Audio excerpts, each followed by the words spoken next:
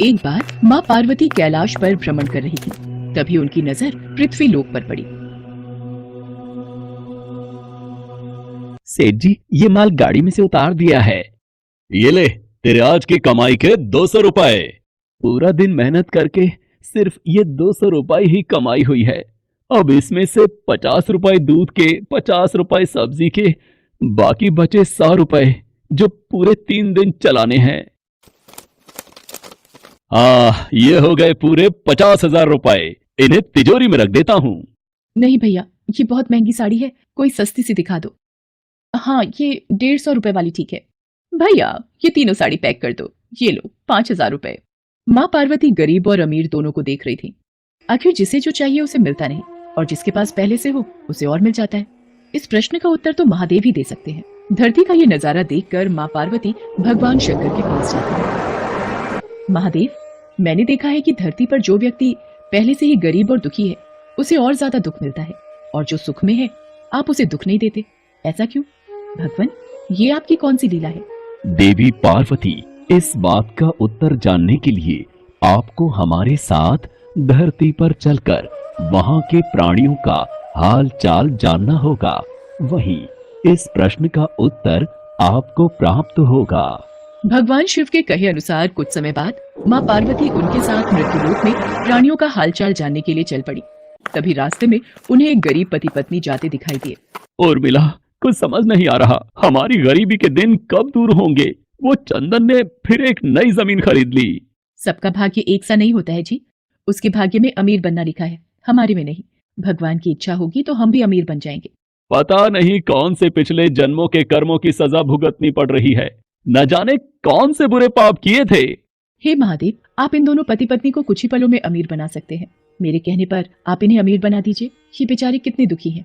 देवी पार्वती, इन दोनों के भाग्य में अभी अमीर बनना नहीं लिखा है। महादेव, जब हम इन्हें धन दे देंगे तो इनकी गरीबी दूर हो जाएगी, फिर ये भी अमीर और सुखी हो जाएंगे। कृपया करके आप इनकी मदद कीजिए प्रभु। देवी पार्वती, मैं तुम्हारी इच्छा अनुसार इन्हें धन प्रदान कर देता हूँ, पर उसका मिलना या ना मिलना कर्मों पर निर्भर करता है।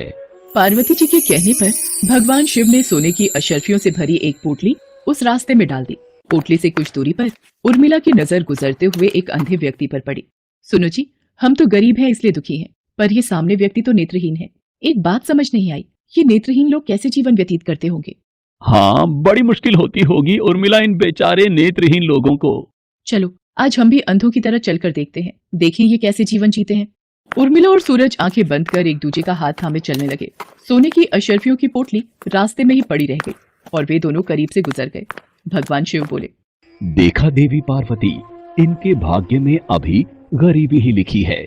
हम कुछ दिन धरती पर ही रहेंगे। यहाँ मनुष्य रूप में रहकर मैं तुम्हारे मन की सभी शंकाओं को दूर करना चाहता हूँ। भगवान शिव और देवी पार्वती ने मनुष्य का रूप धारण किया और पति पत्नी के रूप में एक गांव के पास डेरा जमाया। शाम के समय देवी पार्वती भगवान शिव से बोली, स्वामी, मैं रसोई की तैयारी शुरू करती हूँ। यहाँ पृथ्वीलोक में यदि हम रहने आ ही चुके हैं तो हमें भोजन की भी व्यवस्था करनी होगी। मैं चूल्हा बनाने की तैयारी करती हूँ, आप तब तक भोजन बनाने की सामग्री ले आइए। माँ पार्वती चूल्हा बनाने के लिए बाहर से ईंटें लेने गई। चूल्हा बनाने के लिए मुझे ईंटों की जरूरत है।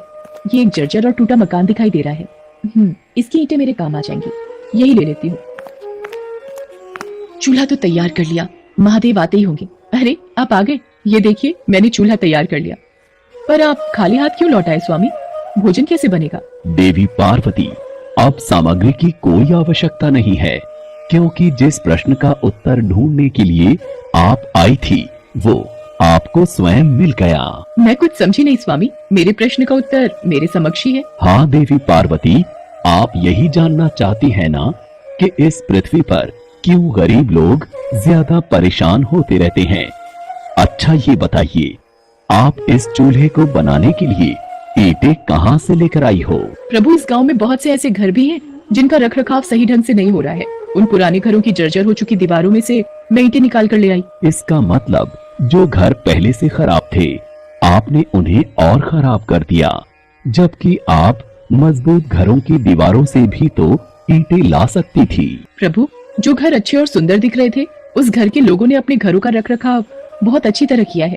ऐसे में उन सुंदर घरों को बिगाड़ना मुझे उचित नहीं लगा। देवी पार्वती, कुछ दिन पहले पूछे आपके प्रश्न का उत्तर भी यही है। जिन लोगों ने अपने जीवन को अच्छे कर्मों से सुंदर बना रखा है, उन्हें दुख कैसे हो सकता है। इस संसार में हर मनुष्य अपने कर्मों का ही फल पाता है। सबके पास सब कुछ नहीं होता।